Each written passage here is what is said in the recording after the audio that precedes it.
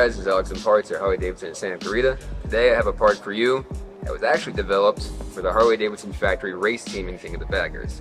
This is a Screamin Eagle Öhlins suspension for your 2014 and later Harley-Davidson touring models. These sit at 13 inches, an inch taller than stock, give you more ground clearance. Comes with a preload adjustment for the spring, comes with a rebound adjustment, a height adjustment, and remote compression adjustment. Don't worry about the remote reservoirs. They're designed to fit in between your fender and saddlebag to not interfere with any Two-Up accessories.